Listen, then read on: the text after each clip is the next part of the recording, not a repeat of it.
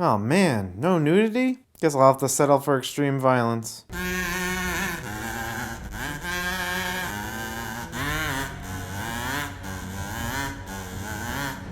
Hi, my name is EJ Massa. Let's get right into it. We start off in spooky Tree Town. Bran and the Three-Eyed Raven are having an intense trip. Man, while they're tripping, someone must have cut their hair. Probably a freaky elf child. I think I see some scissors in her hands. It's pretty cool too because the Three-Eyed Raven's haircut turned him into a different actor. Bran is like 21 now and walks around in the past observing Ned and his friends as young people. The old man wakes Bran up because he's about to swallow his tongue. When you're doing tree, you gotta take the right dosage. You gotta watch out, Bran. Look, I'm not a narc and I'm not gonna tell you what you can or can't do, but I'm just concerned. Bran tells Hodor he saw him as a child and could speak. Hodor thinks about it carefully and says, Hodor. I'm not entirely sure why I expected him to say something else. Mira is bummed out because Bran gets to go on time-traveling acid trips with a tree. Which is a pretty odd sentence to say, honestly. The ugly elf thing tells her to suck it up, and Mira probably goes on to build like the 167th snowman. He'll have a happy face, happy smile, happy point of view. Davos and friends are under siege. The traitorous brothers are about to bust open the door. Alright, Ghost, this is your chance. Rip open Ollie's face. Do it, boy, do it! Oh, well, the wildlings are here to save the day. Okay, Giant, after you're done with that guy, why don't you bash open Ollie's face? Tormund, he's attacking! Rip open his face! Disappointingly, they just put him in jail. You'll get yours someday, Ollie. Someday. Now in a refreshing change of pace, we leave the realm of lords and ladies and focus on the trials and tribulations of the common man of Westeros. We get an in-depth look at what makes a flasher of Fleabottom tick. What are his loves, his passions, his interests? No longer one-dimensional pawns of the upper class to push around. We get to really dig deep into the lives. Just kidding. Don't fuck with Cersei. Aristocracy for life. In the Sept of Baelor, Jaime tells Tommen to quit being so beta. Tommen then continues to be a beta. Then the High Sparrow waltzes in acting all pious. He finally reveals the mystery we've all wanted to know. What the hell's up with those weird rocks on their eyes? He gives some reason, but I'm pretty sure the reason is because it's funny, it's creepy, and religion. And Jaime's like, hey, what the fuck? I've done all this bad stuff. How come you're not judging me? Is it because you're a sexist?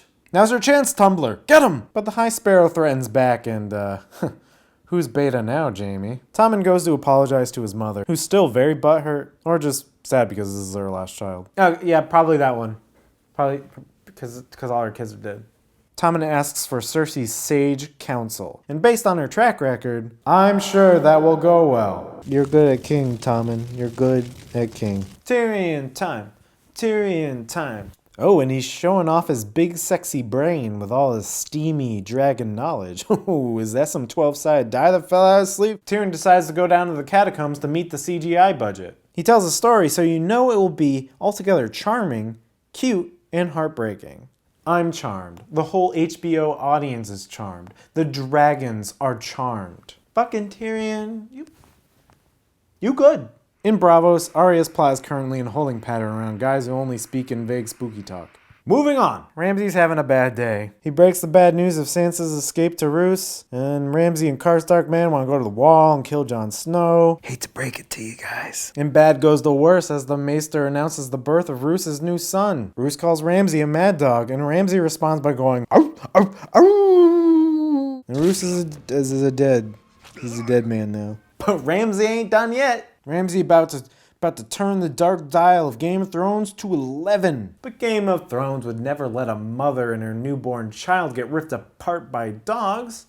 I mean, last season we saw a sweet innocent child get burned at the stake, but this is completely different. Game of Thrones would never do that. Yep, it happens. There's a saying in Westeros, no man is so accursed as the kinslayer. Ramsay don't give a shit about curses. Ow, ow, ow.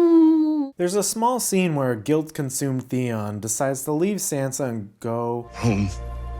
Hey, that's the title of the episode! We then join the presumptive winner of the War of the Five Kings, Balon Greyjoy. His dumb plan of reaving bullshit is accomplishing nothing and going horribly. We soon find out that Pike has horrible contractors who build the shittiest bridges. His brother Euron shows up and says a bunch of stuff that sounds remarkably similar to what the homeless dude on the subway shouts. Oh hey, that leech from season 3 has finally paid off. With Balon dead, Yara goes full Hillary Clinton and is like, "It's my turn!" But the wizard priest is all like, "Yeah, only if people vote for you, idiot." Yeah, because a society of reavers, thieves, and rapists is clearly about democracy. Mel's back in her sexy body, and Davos asks her to use magic to keep the plot moving. He's like, "I've seen you do miracles before." It's a good thing he missed the miracle where she burned his reading buddy alive. I'm not sure why Davos brings up magical resurrection besides the script told him to do that. It seems like the writers are taking a little shortcut with his motivation there. Kit Harington gets the sweetest job ever. He gets to lay there and get sponge bathed and groomed by an extremely attractive female. Easy money, easy money, easy money. You're gonna burn hair in there? Oh, it's a small room too. Oh, it's gonna stink. Tormund agrees. He leaves the room in disgust. Then everyone is discouraged, and I'm sure nothing else happens in the episode. Okay, we all saw it coming. But you admit, you did a couple fist pumps into the air when it happened, right? Last episode I said I was a little underwhelmed. Well, my dear friends, this episode completely whelmed me. Each story thread felt more focused and was given more room to breathe. Except for the Arya plot, which was more training and another test of faith. I think if she was a less popular character, they would just have her train off screen more, like they did with Bran. Nobody really wanted to see Bran, an old man, fuck a tree for a whole season. But people like Arya, so the show creators probably, feel the need to parade her out once in a while. I like the concept of interactive flashbacks where Bran is just strolling through the past and learning more details about history that, might be relevant to the plot. The show seems to be reluctant to do flashbacks. They did that one with Cersei, but that was it.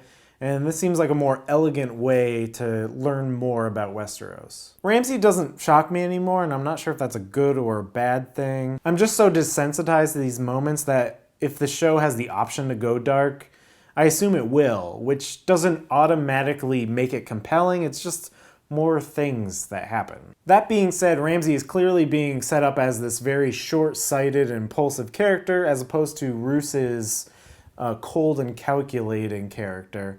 And that short-sightedness and recklessness will most likely eventually lead to his downfall, which will be extremely satisfying. And make way for a bigger, more ruthless antagonist. Lots of good stuff in this episode. We got the introduction of Euron Greyjoy, which was really strong. We got Tyrion and some dragon time. And hey, there was no Dorne in this episode, and that's always good. Stuff at the Wall was really solid, even though Ollie didn't get brutally murdered. Here I was talking about how I'm sick of children getting killed, and I'm wishing for a child to get killed. I'm a hypocrite. Oh, and I guess Jon got revived. That was pretty awesome. Is it Sunday yet?